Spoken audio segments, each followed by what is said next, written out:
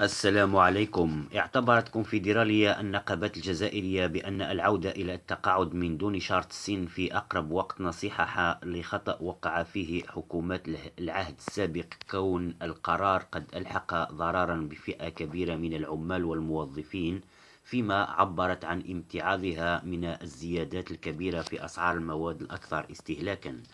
وفي الندوة الصحفية التي عقدتها كونفدرالية النقابات الجزائرية بمقر نقابة الكنابسات بالجزائر العاصمة لفتح النقاش مجددا حول 5 ملفات قديمة، شدد المتدخلون على أن القرار الأخير المتعلق بإعادة النظر في نسب الضريبة على الدخل، والذي أحدث زيادات في أجور العمال والموظفين، يبقى محدود الأثر في انتظار إفراج الحكومة عن قرارها بخصوص النقطة الاستدلالية.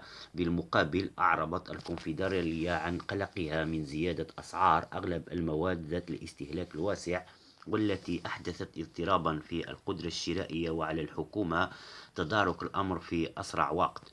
وبخصوص التقاعد دون شرط السن،